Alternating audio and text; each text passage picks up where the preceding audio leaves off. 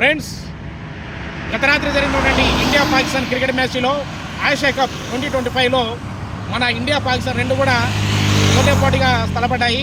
Toss ఓడిపోయి కూడా batting చేసినటువంటి పాకిస్తాన్ కొంత మోస్తరు స్కోర్ చేసింది. ఓపెనర్లు మంచి స్కోర్ చేసినప్పటికీ తర్వాత బ్యాట్స్మెన్లు అందరూ కూడా సింగిల్ డిజిట్గా అవుట్ అవ్వడం వల్ల లో బడ్జెట్ అంటే 147 పరుగులే చేయడం జరిగింది. తర్వాత బ్యాటింగ్ ప్రారంభించినటువంటి టీమిండియాకు అంత కలిసి రాలేదు. ఓపెనర్లు and one down batter captain Suryakumar Yadav కూడా అవుట్ అయినప్పటికీ ఒకే ఒకడు 4th ప్లేస్లో వచ్చినటువంటి ఠాకూర్ తిలక్ వర్మ తన విశ్వరూపాన్ని చూపించి ఫస్ట్ సంజు శాంసన్తో అలాగే శివం దుబేతో కలిసి మంచి భాగస్వామ్యాలు నిర్మించి అలాగే రింకు శర్మ బౌండరీతో విజయకేతన ఎగరవేసింది మన టీమిండియా. నవ్వుతో నా భవిష్యత్ ఫ్రెండ్స్, ఇండియా పాకిస్తాన్ చరిత్రలోనే 41 ఏళ్ల తర్వాత ఆసియా కప్ ఫైనల్లో తలపడడం జరిగింది.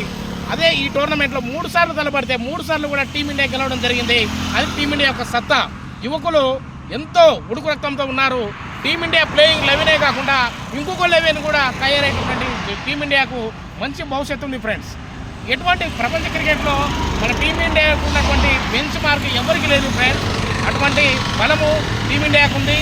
ఒక పాకిస్తానే కాదు, ఆస్ట్రేలియా, ఇంగ్లాండ్, సౌత్ ఆఫ్రికా పెద్ద పెద్ద దేశాలను కూడా మట్టి కనిపించేంత సత్తా టీమిండియాకు ఉంది. కానీ ఈ టోర్నమెంట్లో అభిషేక్ శర్మ తన విశ్వరూపాన్ని చూపించాడు. అలాగే తిలక్ వర్మ, అలాగే సంజు శాంసన్, అలాగే కుల్దీప్ యాదవ్ చూసే లెజెండరీ ప్లేయర్లు ఎంతోమంది మన టీమిండియాను నడిపిస్తున్నారు.